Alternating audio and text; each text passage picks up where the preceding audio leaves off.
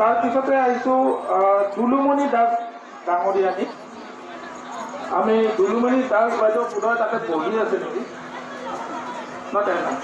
বাইদেউ আহিছে নেকি?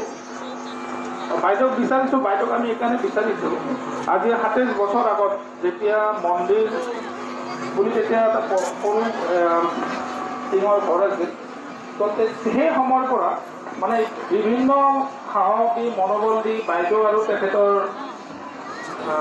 স্বামীয়ে আমি